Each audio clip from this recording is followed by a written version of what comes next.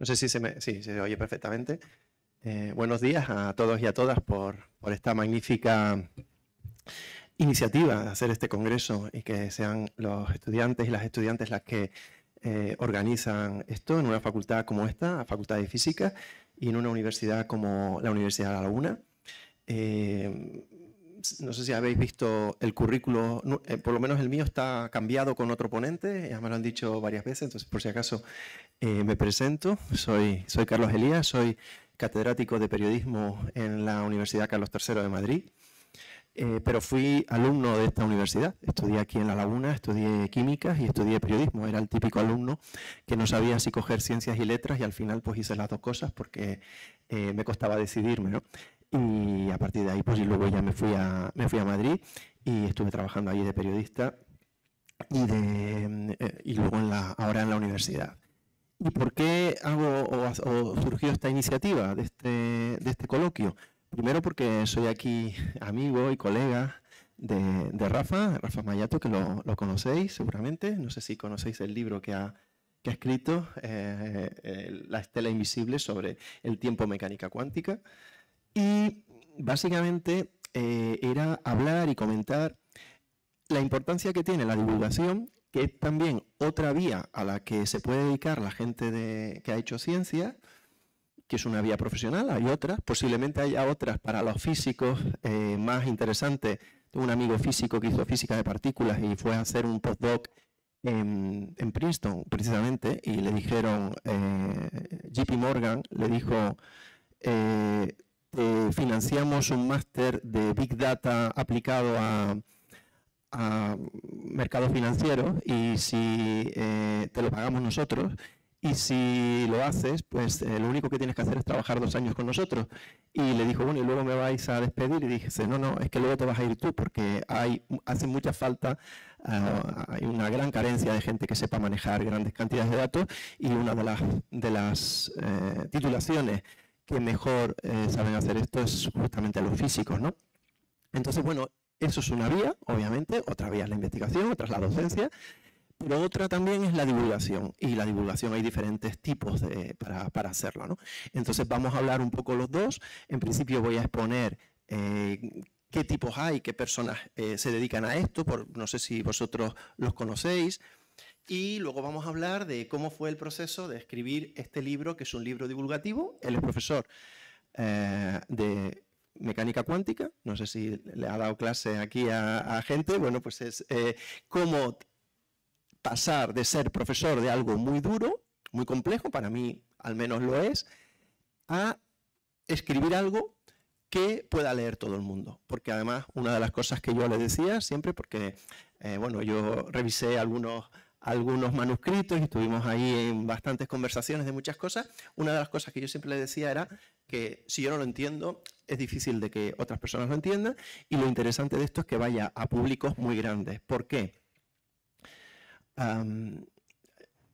Yo tengo toda la forma en la que yo veo el mundo en general tiene que ver mucho con la comunicación, y por lo tanto para nosotros es importante las audiencias.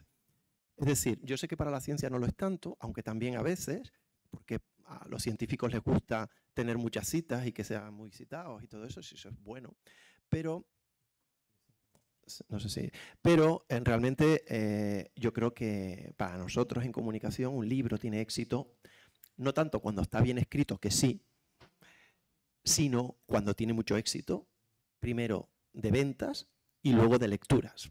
Aunque alguien un poquito más riguroso diría, yo quiero que me lean, no que me compren, pero también es interesante porque es una forma de ganar un cierto dinero. No sé exactamente, tampoco le voy a preguntar exactamente cuánto ha ganado con el libro, pero sí que es verdad que los libros de divulgación, si se hacen bien y se venden en las librerías, y tienes una buena promoción y los medios de comunicación te apoyan, bueno, pues es una forma de ganancia de dinero. Yo, por ejemplo, estábamos hablando ahora, yo tengo varios proyectos de investigación, soy catedrático, pues me dedico a investigar, en el periodismo también investigamos. Mi área sobre todo ahora son las fake news, pero bueno, entonces tenemos mucho dinero para investigación, tengo 6 doctorandos, etcétera, ¿no? Bueno, yo puedo tener mucho dinero de investigación y, como yo digo, yo no me puedo comprar un reloj de 600 euros porque sabéis que a partir de 600 euros vas a poco menos que a la cárcel, ¿no? Si haces una malversación de dinero público. Sin embargo, si tú escribes un libro de divulgación y te ganas 1.000 euros pues al año en los royalties de autor, tú te puedes comprar el reloj perfectamente de 600 euros porque es tu dinero. Es decir, lo digo porque normalmente la gente piensa, ¿y esto qué interés tiene? Tiene muchos intereses, mucho. Pero uno de ellos también puede ser el económico, que al final no deja de ser relevante, ¿no? Y a mí me gustaría, íbamos a hacer una cosa con PowerPoint, pero creo que el PowerPoint en este caso no era tan dinámico. Y sí que me gustaría mencionar algunos divulgadores que más o menos son medianamente conocidos. Por ejemplo, no sé si conocéis en Televisión Española el programa del Cazador de Cerebros, que lo hace Pérez Tupiñá, y hay otro que se llama Luis Quevedo. Estos que trabajan en Televisión Española haciendo programas divulgativos, los dos son bioquímicos. Bueno, uno es químico y otro es bioquímico. Y bueno, se dedicaron en un momento determinado a la televisión y están en televisión. Otro también, que es no sé si habéis escuchado en Radio Nacional el programa Hombros de Gigantes. Este lo hace Manuel Seara, que es un biólogo que en aquella época se presentó a las oposiciones de Televisión Española como biólogo, se presentó al examen que había y la sacó, y entonces, bueno, pues trabaja en Radio Nacional de España, y en concreto él hace, además de lo que hace en su día a día, hace este programa de divulgación. Luego es muy famoso, no sé si lo conocéis, porque tiene un canal de YouTube y se ganó, estuvo el último premio Pulitzer, que hacía años que no lo ganaba un periodista científico, se llama Ed Yong y es un coreano. O sea, su familia es surcoreana, pero bueno, él estudió en Inglaterra, es físico y bueno, y trabaja para The Atlantic, tiene un canal de YouTube muy famoso y realmente está viviendo de esto. No sé si luego me harán preguntas o no, pero es verdad que hay una diferencia entre escribir en español y escribir en inglés.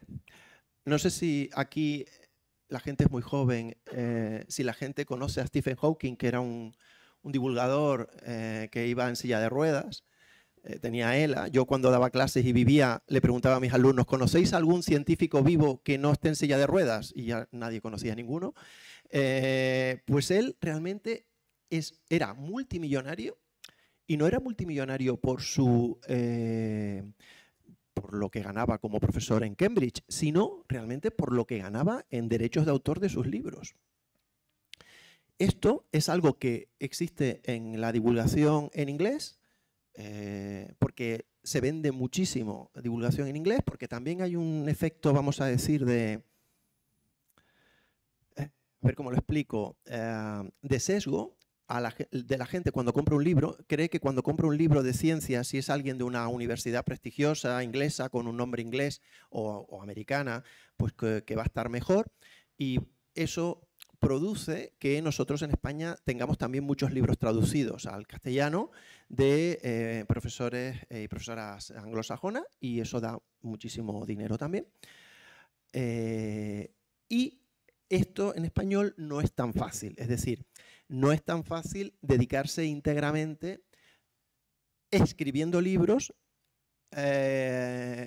poder vivir de eso, de escribir libros solamente. Pero sí que es cierto que si se complementa, como hacen esta gente que os he dicho, también hay muchos científicos en un programa que se llama Órbita Laica, también hay un grupo de divulgadores que se llama Big Bang, y que ahí hay muchísimos divulgadores. Si tú lo complementas con otras actividades de comunicación, bueno, puede ser una interesante vía de trabajo. Tiene sus pros y sus contras. Vuelvo a decir, hombre, a lo mejor si yo tuviera vuestra edad, no sé si preferiría trabajar para JP Morgan de analista de datos que para Televisión Española, pero eso no quiere decir que si os gusta la divulgación pueda ser un campo muy interesante. ¿Y qué tiene que tener un libro? Vamos a hablar. Hombre, yo creo que hay que tener 2 o 3 cosas para ser divulgador. Uno, tenemos que ser relativamente conocidos. Y hoy en día, cuando yo empecé en la agencia EFE, estoy aquí y luego hice las oposiciones a la agencia EFE y fui periodista político y luego estuve en el diario El Mundo y fui jefe de ciencia del diario El Mundo. El trabajo de periodista científico es fascinante, porque a mí me permitió ir 2 veces a la Antártida, la tercera vez ya dije que no, no, yo notaba cómo había envejecido y yo no me volví a meter allí en el barco ese, en el Hespérides para pasar el Cabo de Hornos. Digo, no, ya no estoy aquí, pero bueno, pude ir a Cabo Cañaveral varias veces, a la Guayana Francesa, que sabéis que es donde se lanzan los satélites de la Agencia Espacial Europea, a Baikonur, que era donde se lanzaban, hoy en día ya no se podrá ir, me imagino, pero en esa época se lanzaban los rusos, al Polo Norte, a hacer un experimento que ahora no me acuerdo de nada de cómo era, pero era no me acuerdo, un experimento rarísimo ahí en el Polo Norte que fuimos, a muchísimas ruedas de prensa o entrevistas con premios Nobel. Y bueno, pues es una actividad fascinante. ¿Qué pasa? Que en esa época, si no te contrataba un periódico o un canal de televisión, era muy difícil que tú pudieras ejercer. Hoy en día, en la que tenemos YouTube, en que tenemos las redes sociales, en que tenemos Internet con los blogs, pues yo animo a quien le guste divulgar a que empiece en esos campos, en esas áreas, porque es fácil. Incluso también, nosotros estamos haciendo ahora una tesis doctoral de cómo se está divulgando, bueno, de varios elementos. Primero lo hemos hecho con el COVID, pero ahora lo estamos haciendo con divulgación científica en TikTok, porque estamos viendo que nuestros alumnos, es que ya ni siquiera, bueno, que sois vosotros, ni siquiera utilizan Facebook. Ya esto es como de los abuelos vuestros, ¿no? Entonces necesitamos ver cómo se hace la divulgación en TikTok y hay gente que realmente se está posicionando muy bien ahí y nosotros tenemos alumnos en periodismo que, bueno, pues que están teniendo muchísimos seguidores en TikTok y nosotros estamos sorprendidos porque no entendemos cómo los tienen, porque nosotros no les hemos enseñado, porque no sabemos nada de TikTok, de hecho, ¿no? Y ellos han sabido hacerlo, también en canales de YouTube, etcétera. Entonces yo creo que es conveniente e interesante que vosotros veáis estas opciones, ¿no? de divulgar, porque además tenéis el lenguaje de la gente joven. Yo creo que hay que saber cuando uno divulga, hay que saber de lo que se habla. He tenido aquí una discusión con los organizadores que todavía no sé en qué acabará, en el sentido en que quieren que esté esta tarde en la mesa redonda de energía nuclear, porque yo decía, bueno, yo no soy experto en energía nuclear, yo creo que existe la libertad de expresión, pero no la libertad de opinión. Creo que yo puedo decir si me gusta más Tenerife o Madrid, o Madrid o Barcelona, son cosas que uno puede tener libertad, un partido político u otro, pero yo no puedo opinar sobre si hay que operar del ligamento interior interno a Messi, porque yo no soy traumatólogo. Y es importante que opinemos de lo que sepamos. Y claro, nosotros en este país tenemos el ejemplo de las tertulias, en las que el mismo tertuliano, que vosotros tenéis edad para saberlo, ha opinado del COVID, del volcán de La Palma y de la guerra de Ucrania.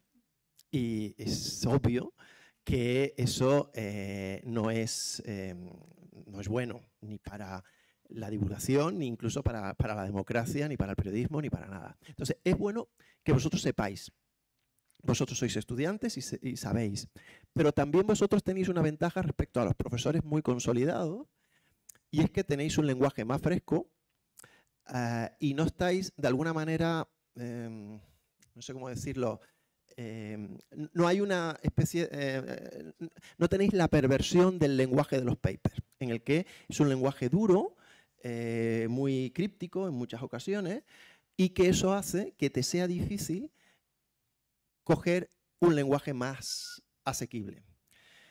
En ese sentido, es mucho mejor que los divulgadores sean profesores de universidad, porque al final un profesor de universidad tiene que bajar al nivel de que los alumnos les entiendan, más que un investigador propio. O sea, siempre es más fácil que un profesor de universidad entienda lo que tiene que hacer para divulgar, para hacer un libro divulgativo, que por ejemplo, un científico del CSIC o del Astrofísico de Canarias, porque si no están en contacto con alumnos de grado, pues no han bajado suficiente el nivel para que los entiendan, ¿no? Entonces, pero vosotros tenéis todavía esa, bueno, pues esa frescura en el lenguaje de poder explicar. De hecho, yo estuve de profesor en Harvard y allí, por ejemplo, los premios Nobel daban la clase magistral, que un poco, bueno, que la gente ni cogía apuntes, la verdad, porque yo creo que no examinaban y los alumnos saben que si el profesor no examina no tiene poder, ya pues el que vale es el que examina.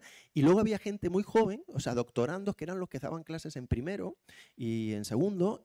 ¿Por qué? Porque tenían más afinidad con los estudiantes y sabían explicar mejor ese lenguaje en el que los estudiantes, sobre todo en los primeros cursos, se entienden. Y luego los profesores más veteranos daban asignaturas de cursos superiores o de máster, ¿no? Y entonces, en ese sentido, yo creo que es compatible hacer las dos cosas. Entre los divulgadores hay dos tipos en España. La gente que se dedica y que vive de la divulgación, como los que he comentado, bueno, se gana un sueldo con eso. Y luego la gente que el sueldo lo tiene como investigador del CSIC o del astrofísico o de la universidad, o como profesor de universidad, tiene su sueldo, o profesor de instituto, y tiene un complemento que hace que se dedique a la divulgación. Y bueno, pues hay un complemento. ¿Eso qué te hace? Pues te hace que tengas un colchón, porque no es lo mismo tener que vivir, a lo mejor, o sea, Televisión Española, esta gente que os he dicho, o los de órbita laica, no están a sueldo, no ganan todos los meses un sueldo, sino depende de que tengan el programa y de que el programa tenga audiencia, etcétera, etcétera. Entonces, si tú tienes algo fijo, pues no viene mal. Entonces, lo digo porque no es incompatible, da la impresión de que es incompatible y no lo es. O sea, yo creo que en las universidades anglosajonas eso está claro, que se puede hacer. Es más, muchas veces se incentiva que eso se haga y aquí a veces pues no se hace con esa frecuencia. Y por otro lado, yo también lo animo, en este caso, tanto a profesores de instituto como de universidad o a doctorandos, porque llegas a un público que de otra manera no llegarías. Te conoce gente que de otra manera no te conocería y te abre puertas que de otra manera no se te abrirían. Si tú escribes un paper, realmente y que yo no lo discuto. Yo de hecho he estado ahora, yo estoy en la NECA, que es la comisión que evalúa, bueno, yo en mi caso estoy en lo de titularidades y cátedras, y se ha debatido mucho sobre si la divulgación se valora o no. Y yo siempre digo, a ver, un científico se le paga para que tenga resultados y que investigue y que avance la sociedad. Pero sí que es cierto que es conveniente que si eso se traslada a la sociedad de manera que la sociedad lo entienda, la sociedad va a apoyar a esa ciencia y esa persona va a tener una mayor, vamos a decir, protagonismo en la sociedad. Y eso es importante. Estoy haciendo ahora, estamos terminando, vamos a ver quién nos lo publica, un paper sobre el centenario. Este año se cumple el centenario, vino en 1923, de la visita de Einstein a España. Einstein era famosísimo. Famosísimo. Hubo 7 portadas del ABC cuando vino, que en aquella época las portadas en hueco grabado eran muy difíciles, eran portadas de fotografía cuando vino Einstein a España. En el año 1923 se colapsó Atocha, cuando llegó a Atocha, y se colapsó Toledo, que no sé si aquí hay alguien de Toledo, pero con todas mis prevenciones, yo creo que Toledo en el año 1923 era bastante, en fin, poco científica, ¿no? Vamos a decirlo, y una ciudad bastante pequeña, ¿no? Muy de provincia. Se colapsó la ciudad de Toledo, ¿no? Y bueno, ¿y por qué? Pues porque él además hablaba de muchos temas, daba muchas entrevistas y estaba en los medios de comunicación. Yo no soy físico, o sea, no sé suficiente física para saber si la relatividad es más importante que la cuántica. Aquí hay un experto en cuántica, pero me da la impresión de que la cuántica como que se usa más y que tiene más aplicaciones, ¿no? Nadie conoce a Redinger, ni a de Broglie, ni nada de esto. Cuando se murieron nadie hizo ningún obituario de ellos, o muy pocos. Porque no tenían ese foco y no hacían esa divulgación que hacía Einstein. Y Einstein fue el último científico que vamos a decir que era una figura pública. A partir de ahí, cuando yo estaba en El Mundo, me costaba muchísimo conseguir espacio para que me dieran una página, o sea, un trozo en el periódico para describir el premio Nobel de Física o el premio Nobel de Química o de Medicina. Sin embargo, el de literatura era portada. Y cuando falleció un profesor de esta universidad, que fue además rector y que fue premio Príncipe de Asturias, que fue Antonio González, no creo que aquí nadie lo conozca, excepto porque hay una calle de los bares que se llama Antonio González, me costó muchísimo que me dieran espacio en el periódico para hacerle un obituario como se merecía, ¿no? ¿Por qué? Porque no son tan conocidos, y no son tan conocidos porque no hacen obras divulgativas. Y yo, en ese sentido, quiero recomendar, y ahora hablamos con Rafa, el que dos elementos. Una, puede ser una profesión y puedes estar en los medios de comunicación tradicionales, prensa, radio, televisión, y entonces tienes un sueldo. Puedes tener también posibilidades de trabajar por proyectos, como trabajan, por ejemplo, los de Órbita Laica o los de Cazador de Cerebros, proponen un proyecto y ganan de ese proyecto. Y también pueden ser profesores de la universidad, de instituto, podéis trabajar en empresas privadas y dedicar un tiempo a la divulgación, tanto en redes sociales como en blogs, YouTube, etc. Y sabéis que si lo bueno que tiene esto es que si vosotros tenéis muchas visitas, pues eso se va monetarizando, ¿no? Se monetariza y entonces podéis tener unos ingresos ahí interesantes. Y yo insisto en lo de los ingresos, porque igual que JP Morgan convenció al físico de partículas para que dejara la física de partículas y se metiera en Big Data financiero, pues también pienso que hay que valorar esa vía y que esa vía es importante. Y en ese sentido, pues fue uno de los elementos en el que yo convencí a Rafa para que lo que él explicaba en clase, pues que lo pudiéramos leer otras personas que no teníamos ese perfil que supiéramos de cuántica, ¿no? Y bueno, entonces la primera pregunta que yo le quiero hacer a él es, bueno, ¿por qué te decidiste al final a escribir el libro? Hola, buenas tardes a todos. Ya son tardes, ¿no? Sí. Antes que nada, agradecer a Carlos que haya venido, por supuesto. Nosotros somos viejos amigos de la época del... Estudiábamos, él estudiaba química, yo estudiaba física, o sea que nos conocemos desde hace muchos años. Y de hecho él fue el que me convenció para escribir este libro, ¿no? O sea, nosotros una vez en una de nuestras comidas, cuando él venía de Madrid y tal, pues le comenté que a nosotros, a un grupo de investigadores de aquí y otros que no son de aquí, que están en el extranjero, nos habían publicado un libro muy técnico, o sea, no era un libro de divulgación, era un libro técnico, acerca del tiempo en mecánica cuántica, ¿no? Tenía muchos distintos participantes, pero bueno, los editores éramos pues mi director de tesis, que era Gonzalo Muga, Íñigo Egusquiza, que también trabaja en el País Vasco actualmente, junto con Gonzalo, y yo. Y entonces, bueno, pues nos lo publicaron en Springer y tal, y se lo enseñé a Carlos, pues mira lo que nos han publicado y tal. Y entonces ahí empezó él a intentar convencerme que por qué no, bueno, pues esto que está hecho para gente muy particular, que trabaja ya no solo en el problema o en el campo de la mecánica cuántica, sino en particular en la problemática del tiempo en mecánica cuántica, pues dice, ¿por qué no haces algo más accesible a todo el mundo, ¿no? a la gente de la calle, por decirlo de alguna manera? Yo en aquel momento sí que me hizo ilusión, pero no sabía que era tan complicado, ¿eh? O sea, no es fácil estas cosas, ¿eh? Él me convenció, me metió ahí en un guachincha en la laguna y al final de ahí yo salí convencido. Al rato ya no estaba tan convencido, pero bueno, al final decidí escribirlo y me costó muchos años. El libro está publicado hace un año o así, pero me costó años. También es verdad que obviamente el libro se fue escribiendo muy lentamente porque obviamente uno tiene compromisos docentes, compromisos también de investigación, etcétera. Entonces se fue haciendo poco a poco, ¿no? Pero valió la pena. O sea, a mí me encantó todo el proceso.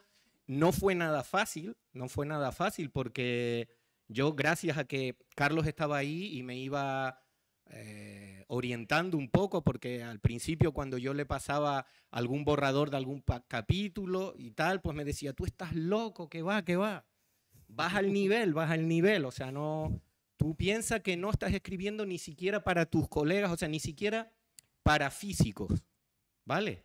O sea, ya no solo para físicos que estén especializados en el problema del tiempo en la mecánica cuántica, sino cualquier físico que no esté, no conozca la investigación en ese campo, pues se puede perder.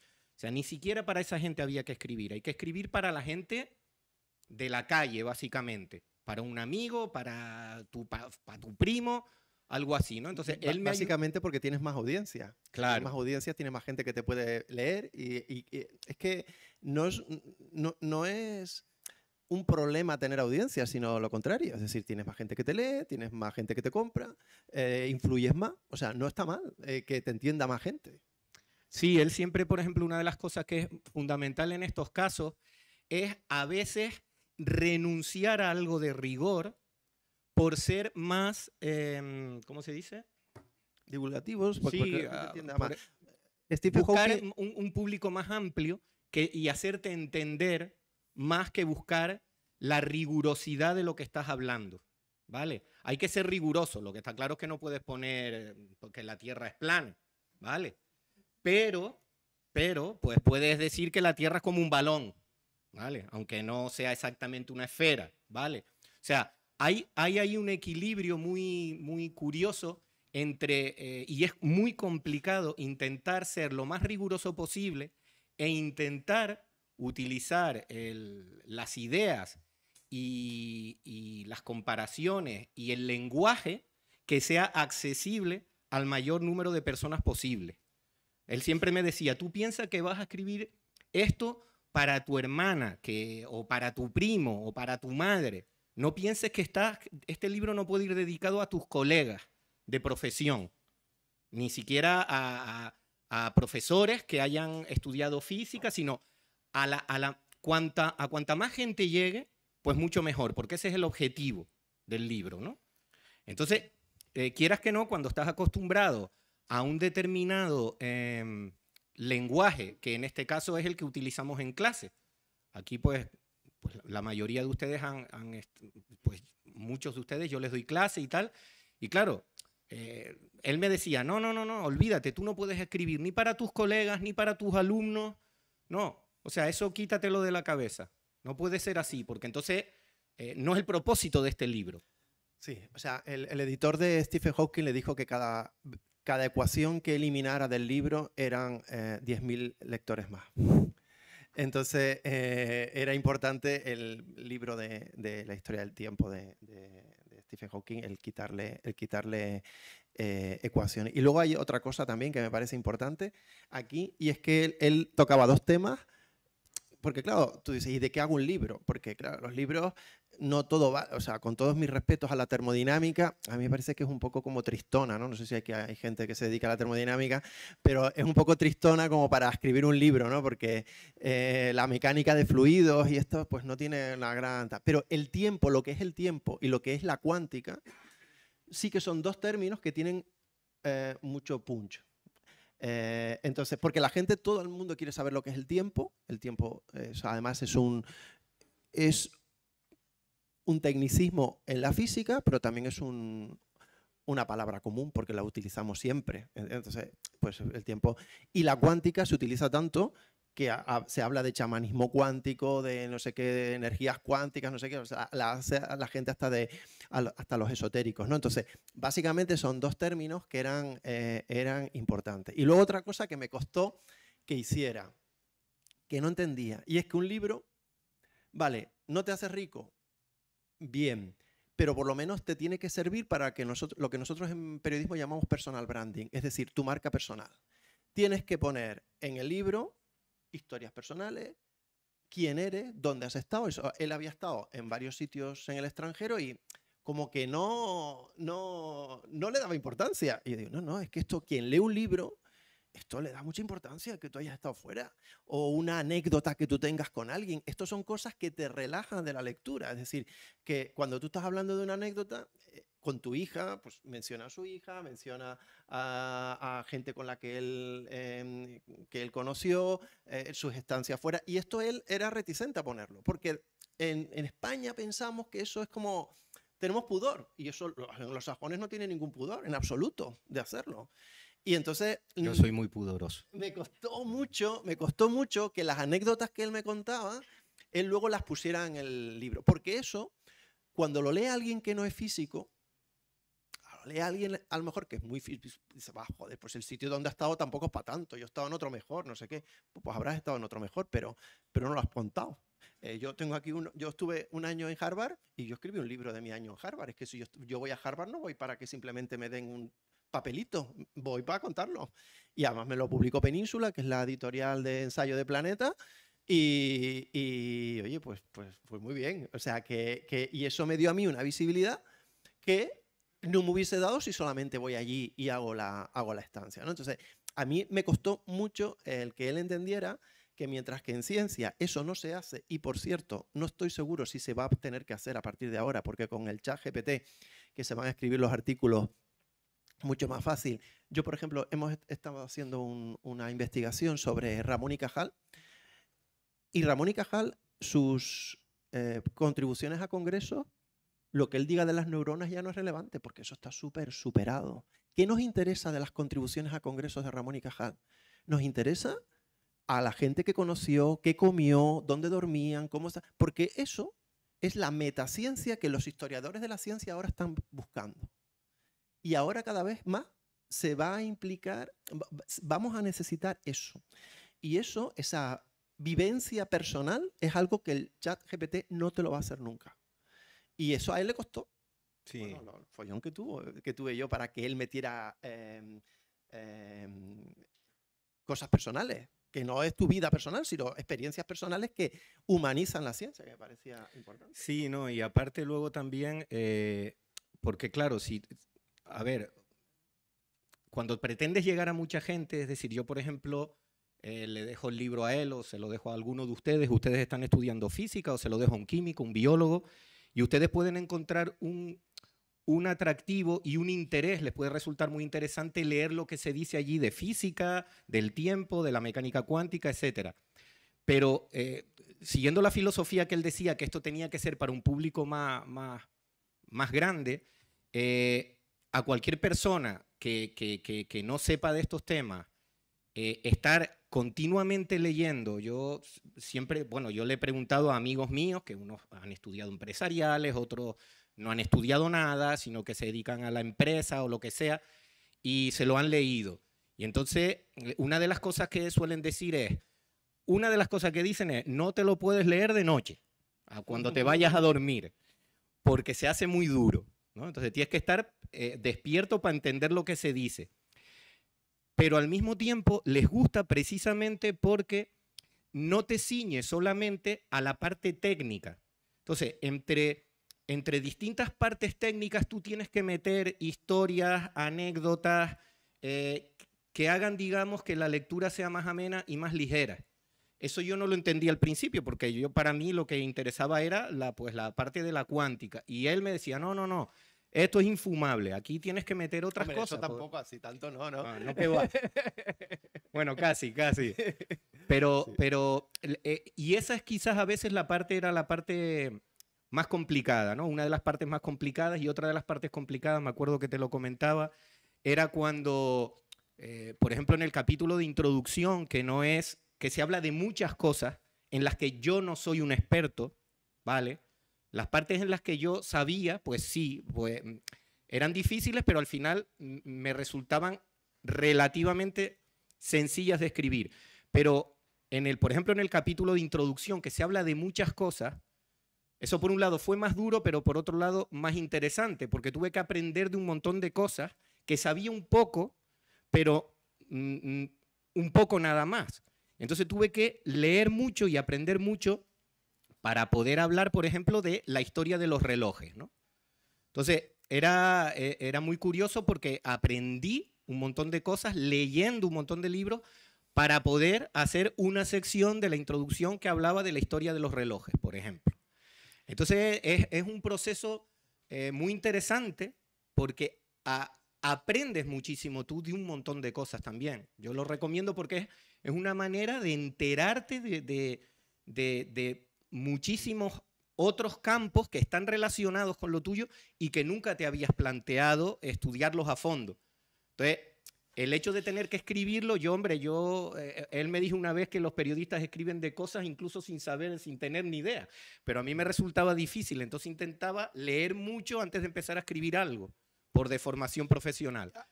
Y entonces, claro, aprendí muchísimo. Había una cosa que yo tenía claro que tenía que aparecer en el libro, y es que el primer y segundo capítulo, pero sobre todo el primero, tenía que ser muy fácil. No podía, o sea, entonces la historia de los relojes o la historia del tiempo, pero en plan anecdótico sobre historia de la ciencia, es fácil de leer. Entonces tienes que introducir, ¿por qué? Porque si la persona empieza por el principio y el libro la aburre, no sigue. Y entonces la forma era que hubiese una introducción y casi todo el mundo tiene un reloj o sabe lo que es un reloj.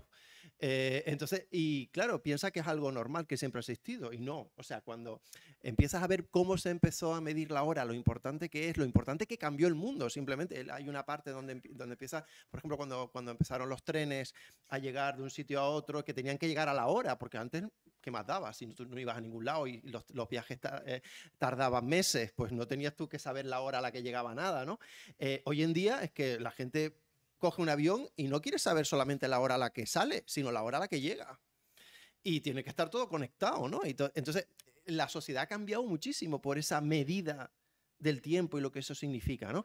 Y eso era algo normal, que se podía saber, pero además queríamos saberlo desde la física cuántica, que es otra parte de la física, ¿no? Entonces, normalmente eso a los científicos también les cuesta mucho, es decir, hacer una introducción de algo que él no es experto, porque él no es alguien que se dedica a la historia de los relojes, como puede ser, por ejemplo, a lo mejor un historiador de la ciencia, ¿no? Entonces, eso le costó al principio también verlo, pero luego yo creo que quedó muy bien. O sea, yo creo que eso es lo que hace que enganche el libro.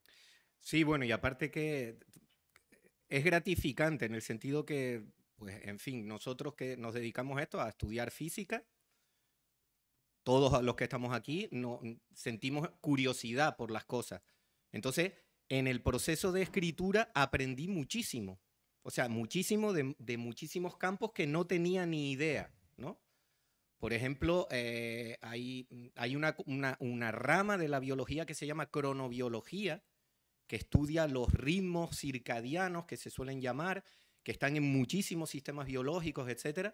Yo no tenía ni idea acerca de eso. Bueno, pues tuve que leer libros, aprendí un montón de eso. O sea, en el proceso de escribirlo era muy gratificante. ¿Por qué? Porque aprendía muchísimas cosas acerca de eso. ¿De acuerdo? Entonces, de muchos otros campos vas creando un bagaje y necesitas aprender un montón de cosas. Entonces es muy, muy creativo y muy satisfactorio en cierto sentido.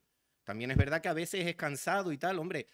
Yo lo tomé como casi como un hobby, ¿no? Y es complicado, yo hay no que soy decirle, escritor profesional. Aquí entonces... hay profesores y luego también hay alumnos, ¿no? Y es complicado a los que son alumnos que no saben cómo es la vida de un profesor, que realmente, claro, es que esto no te lo valora. Yo no sé, esto no lo puedes poner tú en un sexenio tuyo porque no te sirve. No lo puedes poner, no te sirve para una acreditación a cátedra, no te sirve. Entonces, y es mucho tiempo el que destinas a esto, ¿no? Entonces, yo creo que tienes que ver otros enfoques y otros... Porque claro, es tu tiempo libre en realidad, y tu tiempo libre, me pasaba a mí cuando yo hacía mi tesis doctoral, yo la hacía mientras estaba trabajando de periodista y decía, estoy todo el día escribiendo, que ahora el tiempo libre siga escribiendo, pues es duro, ¿no? Porque a mí lo que me apetece es pintar una pared o hacer algo más manual, no seguir escribiendo, ¿no? Entonces, claro, esto es un proceso duro, pero yo creo que tú... no te has arrepentido de hacerlo, ¿no? O sea, que estás al contrario, crees que ha sido algo muy bueno. A ver, fue una experiencia curiosa. ¿Volverías a escribir otro? ¿Tienes ideas para otro? Ideas hay miles, pero tiempo no. O sea, ese es el problema, ¿no? Pero ideas sí, lo que pasa es que, Por ejemplo, pues,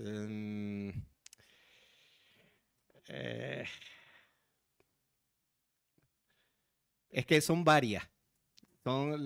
Hay distintas cosas, pero por ejemplo, las unidades fundamentales de la naturaleza. Fue un tema que me gustó escribiendo este, o sea, de cómo surge la definición del segundo como unidad fundamental, pues cómo se define el metro, cómo se define el segundo, cómo se define la candela, cómo se definen las magnitudes fundamentales de la naturaleza, es un tema realmente que me parece súper interesante. más cosas. ¿Cómo fue el proceso para que te lo publicaran? ¿Sabemos cuál es el proceso para los papers? Que es mandar la investigación a las revistas que uno considere. Normalmente uno va a las mejores y luego va bajando en función de cómo lo vayan recibiendo las distintas publicaciones. ¿Es distinto al de los papers? Sí es distinto porque normalmente, o sea, aquí ni te contestan, vamos, o sea. Es complicado. O sea, Es hay muy complicado. hay una parte que él... Hay una parte muy buena de él y era que era experto, era físico cuántico. De hecho, aquí cuando él pone el currículo, lo primero que puso era profesor titular de física cuántica. Digo, no pongas profesor titular porque eso es un tecnicismo. Di que eres físico cuántico, que eres más potente, decir que eres físico que profesor de física, ¿no? Di que eres físico porque eso vende más. Al final te venden. Date cuenta que una de las cosas por las que la gente compra un libro, él era mi asesor, ya ven. O sea, es por el currículo que pone, por la portada, por los primeros. Sabéis que las primeras páginas las editoriales ya hoy en día las dejan liberadas para que uno lea las primeras páginas. Entonces las primeras páginas tienen que ser muy potentes, muy potentes, porque es lo que hace cuando tú vas a Amazon, coger y pinchar para comprarlo, ¿no? Entonces, todo eso tenía que ser importante. Y luego, ¿qué pasa? Él tenía un problema a la hora de esto, es que no era conocido a nivel nacional y no tenía redes sociales. O sea, no tenía Twitter, no tenía LinkedIn, no tenía Facebook. Y no tengo. Entonces, claro, eso hace que el editor diga, ¿y dónde va a... con qué redes él va a distribuir esto? Y luego también tenía otro problema y es que normalmente, si no eres de Madrid o de Barcelona, los medios de comunicación que están radicados en Madrid y Barcelona no te hacen entrevistas. Entonces eso costaba, yo lo intentamos para Radio Nacional y tal, y aquí se ha tenido, pero también ha tenido un problema desde mi punto de vista y es que se puede ser un poquito crítico. Bueno, sí, porque como ya no está, como hay ahora un cambio de rector y todo, ¿no? O sea, que no sé. Yo creo que el gabinete de comunicación de las universidades, de esta y de todos, no saben sacarle partida a cuando un profesor o profesora escribe un libro. Saben muy bien qué hacer con una investigación, pero no para un libro. Y posicionarlo como un intelectual, no como un científico, como alguien que pueda hablar a los medios de más cosas. Y a veces eso no lo hacen tan bien, porque no están tan acostumbrados a eso. Eso es un problema que tenemos nosotros. O sea, ¿qué quiere decir? Que nosotros los que enseñamos periodismo científico le tenemos que enseñar a los gabinetes de comunicación de las universidades, que ya no solamente está eso de la divulgación en medios, sino la divulgación en libros. Sí, si me permite. Por ejemplo, aquí tuvimos una vez una charla seguro que lo conocen, él tiene un canal, creo, de YouTube, Javier Santolaya. Vale, ese chico estuvo aquí dando una charla una vez cuando él trabajaba todavía en el CERN acerca del descubrimiento del bosón de Higgs. Ahora ya él se dedica exclusivamente, que yo sepa, se dedica a la divulgación. Él ¿no? es ingeniero, me parece, ¿no? Él es físico. Ah, yo pensé que era ingeniero. Puede ser que sean las dos cosas. Vale, o sea, vale. yo sé las dos cosas dicen aquí, sí. Vale. Pues él estuvo aquí dando una charla, yo lo conocía a él y tal, y él era investigador, pero le gustaba el tema de la ¿cómo se dice? De la divulgación, ¿no? Y claro, pero él sale en la tele, es decir, si tú sales en la tele, porque él sale en la tele, tiene un canal de YouTube, claro, tiene redes sociales, tiene no sé qué, el que una editorial te publique un libro te es más fácil, o sea, hay que decirlo. Mientras que si tú sales en la tele, tienes un canal de YouTube y tienes todo eso, el que alguien te publique un paper es irrelevante, porque es más, los papers van anonimizados, es decir, nadie sabe quién eres. Entonces, claro, cambiar esa mentalidad es difícil, y muchas veces para tener unas grandes audiencias en Twitter, lo digo yo porque yo sí tengo LinkedIn, pero no tenía Twitter, y ahora me presenté, que no gané, a rector de mi universidad y tuve que hacerme el Twitter, y claro, cuesta tener seguidores al principio en esto, ¿no? Entonces, vosotros que sois jóvenes, pues yo empezaría ya a hacer redes sociales, porque eso vas teniendo seguidores y ahí eso es un capital que tú vas teniendo para todo. Y bueno, pues eso es importante, y a él eso le fallaba un poco. Bueno, sí, sí. Fallaba, y eso, pero bueno, al final, oye, se lo ha publicado una editorial nacional de Madrid, potente, de un grupo potente y en una colección muy buena. O sea, ¿por qué? Pues porque al final el tema está bien y porque la forma en la que lo escribió está bien. Entonces al final llegas. Eso es importante, creo yo. O sea, por eso es importante que cada vez que ustedes tengan que... Eso se va adquiriendo con el tiempo, es decir, quizá a veces es más difícil encontrar o desarrollar la capacidad y la habilidad de escribir de forma amena y entretenida que el propio conocimiento. Es decir, no es fácil llegar a la gente. Aquí o sea, yo me arriesgué porque él me dijo que sí, porque por eso muchas veces cuando ustedes, por ejemplo, aprovechen las asignaturas en donde tengan que escribir, ya me pongo en plan profe aquí, o sea, cuando tengan que escribir cosas, procuren hacerlo muy bien, no bien, sino muy bien, expresar las ideas claramente, porque eso al final les va a servir. ¿Vale? Si no en una cosa, en otra. También es verdad que yo creo que la Universidad Española está muy compartimentada respecto a la americana. Por ejemplo, en Estados Unidos, en física, tú puedes ir a una asignatura que se llama Non-Fiction Creative Writing. Entonces, esto aquí en España nos cuesta mucho, ¿no? El que en una facultad de ingeniería, una facultad de ciencias, tengamos este tipo de asignaturas donde te enseñen a hablar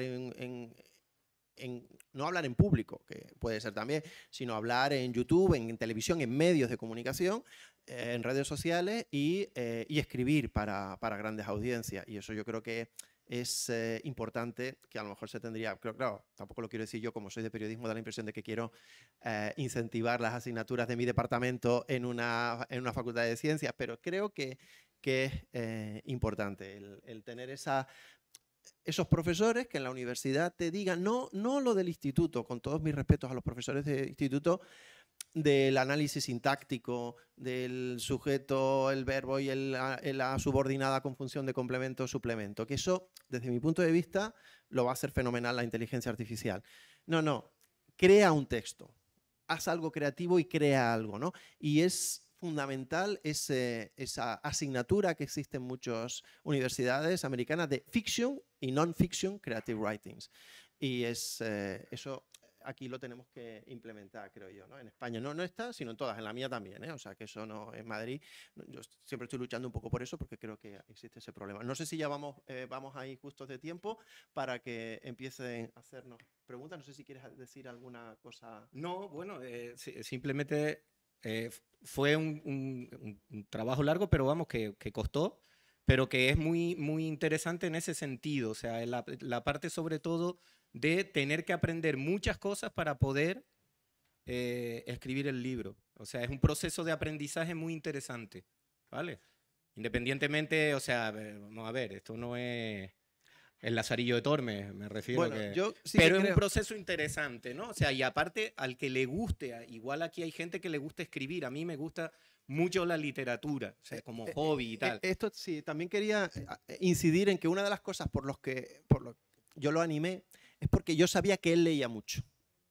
Porque para escribir, primero hay que leer. Esto lo decía el gran filósofo Ortega y Gasset. Antes de ser fuente hay que ser cisterna, ¿no? Es decir, antes de ser manantial hay que ser cisterna, ¿no? Muchas veces, sobre todo ahora que nos obligan a escribir papers y a publicar, la gente empieza a publicar sin haber leído nada, ¿no? Entonces, no, perdona, yo a mis doctorandos el primer año solo quiero que lean. importa un bledo, que no me vayan allí a la universidad, no quiero nada, que lean. Porque tienen que leer para poder luego escribir. Entonces, yo creo que es muy importante y vuestra generación tiene un déficit porque lo tenemos todos con las móviles y tal, estamos todo el día en el móvil y no leemos tanto como se leía antes, ¿no? Entonces, bueno, yo creo que hoy en día una persona se diferencia en su entorno, en su generación. Por ejemplo, un abuelo de 80 años se diferencia de su entorno porque sabe utilizar el móvil o porque sabe utilizar YouTube. Es normal. Una persona joven no se diferencia por eso, porque solo sabe usar todo el mundo. Se diferencia porque lee libros de ensayo y de literatura. Porque para escribir hay que leer antes y hay que ver cómo han escrito otros, porque afortunadamente no somos los primeros de este universo, sino que ha habido antes gente, ¿no? Y entonces tenemos que leer mucho. Y es bueno, por ejemplo, leer. Y yo os recomiendo, no los míos, sino los de ellos, os recomiendo que lo leáis. O sea, no tal. O sea, lo saquéis de la biblioteca. Todos estos libros están en la biblioteca. Y que saquéis libros de divulgación de la biblioteca y que los leáis, porque es una manera de aprender. Porque no los apuntes que os dan y los libros que leéis en la carrera no son de divulgación. Con eso no vais a aprender a escribir, ¿no? Entonces es importante. Y luego otra cosa. A mí me gustaría que el siguiente paso de esto es que él lo publicara en inglés. ¿Por qué? Porque yo creo que es un salto cualitativo enorme. Yo he publicado este en inglés y para mí, por ejemplo, fue un salto enorme publicar divulgación en inglés, porque sí que tienes acceso ya a todo el mundo. Y creo que es una forma que se puede intentar. Yo creo que a veces para que decía mi abuela, que para que los sueños se cumplan, primero tienes que tenerlos. Porque si no los tienes, ¿cómo se van a cumplir, no? Entonces, pues, ten el sueño, ¿no? A mis alumnos les digo, ¿qué queréis ser? ¿Queréis ser periodistas deportivos en televisión española? Pues hay que querer ser eso, porque sabes cómo ir. Porque si no sabes nada, pues cómo llegas, ¿no? Entonces yo creo que es importante que pongas ahora en mente, no solamente escribir otro, sino el que alguien te pueda traducir tu libro al inglés, porque es otra dimensión en ese sentido. Cortamos y nos ponemos a... Es lo que tiene... Me pasan una nota. Sí, que...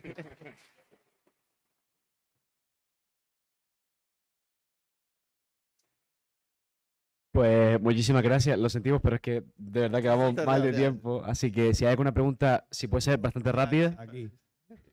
Yo tengo una pregunta que me has dejado como me quedé cuando Concha García Campoy hace varios años entrevistaba a Cayetano López en la SER y le decía que cuando Cayetano dijo aquello, nosotros los intelectuales, y le dijo Concha García Campoy, es que tú eres científico, no eres intelectual. Me has dicho algo así como que te clasifican como científico, no como intelectual. Es que los científicos utilizamos el intelecto, no pensamos con el culo. Me refiero, somos intelectuales. Eso es un problema de la cultura, digamos así, latina. Es muy bueno hacer este tipo de cosas de divulgación para que, por ejemplo, se sepan cosas como la ley de Stigler, que contaban ayer. De hecho, Rodrigo está por ahí, ¿no? Él mismo ha contado que Camerleón fue el que descubrió la superconductividad. No fue él, fue un ayudante de él. Hubo antes otro que lo vio. Pero es que en ciencia, la sombra de la ciencia española está totalmente velada por la leyenda negra. Si te vas al siglo XVI, Alonso de Barba, que era un cura de una parroquia de Potosí, es el que le salvó 2 veces a Felipe II de la bancarrota porque inventó el método de los cazos para sacar mucho más mineral de plata, como 3 veces más de las minas de plata de Potosí.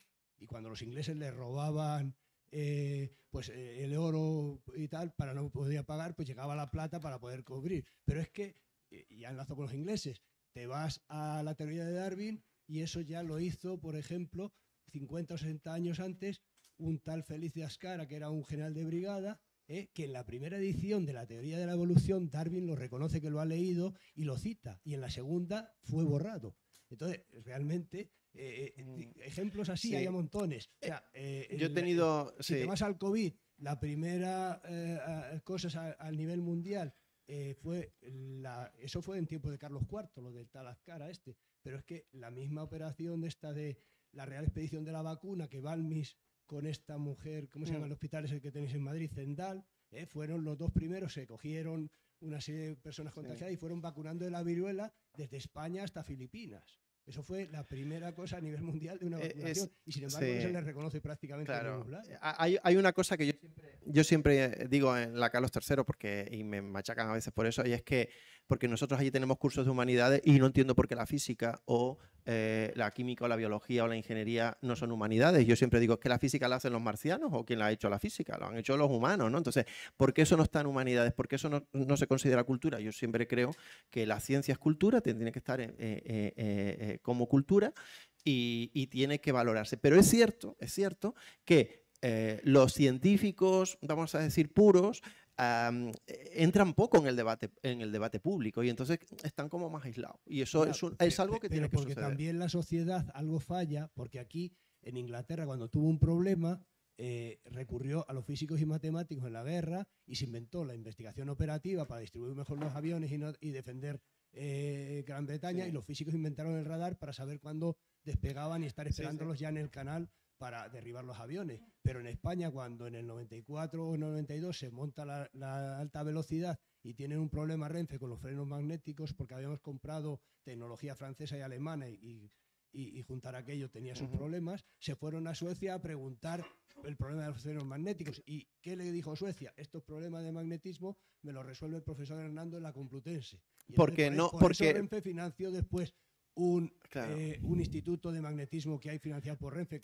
Porque no se conocen, porque les falta... Pero nadie en España, dentro de la cultura de lo que ha estudiado en el colegio, eso no sucede en otros países. En Francia, sus científicos tienen grandes calles, en la Torre Eiffel, en la primera planta están los nombres de D'Alembert, Pascal y no sé quién, y se considera y se les enseña a los niños de la ESO, equivalente de España, que parte del PIB de su país son los científicos e ingenieros que han tenido, que han ayudado a transformar el mundo. En España eso no funciona así. Está claro, y nadie parece que tenga la idea de poder Sí, recurrir a estos que piensan en esas cosas tan raras. Bien.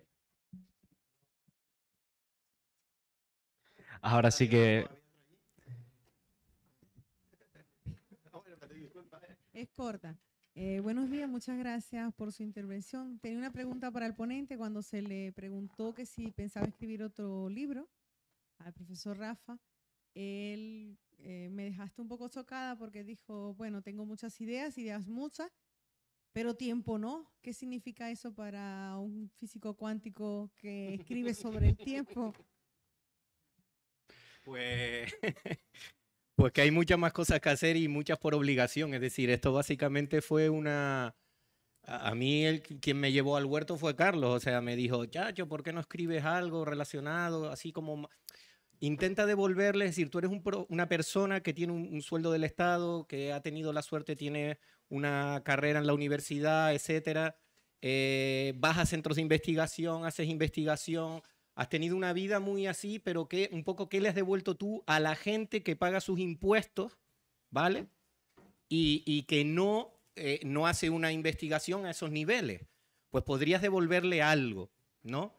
Entonces, ahí me tocó la fibra sensible y por eso básicamente fue la cosa, ¿no? Por ahí fueron los tiros. Fue, bueno, vamos a devolverle de alguna manera a la sociedad de la forma más asequible posible a cualquier persona que no haya desarrollado una carrera científica, pues algo acerca de lo que pues yo me había dedicado en los últimos años, ¿no? En mi carrera. Entonces, básicamente eso. De nada. Pues nada, muchas gracias de verdad a los organizadores y para mí siempre es un placer estar en esta universidad que fue la que me formó y aunque no trabajo en ella y no vengo nunca, pero cuando me invitan pues estoy siempre muy agradecido. Así que muchas gracias a todos y a todas. Gracias.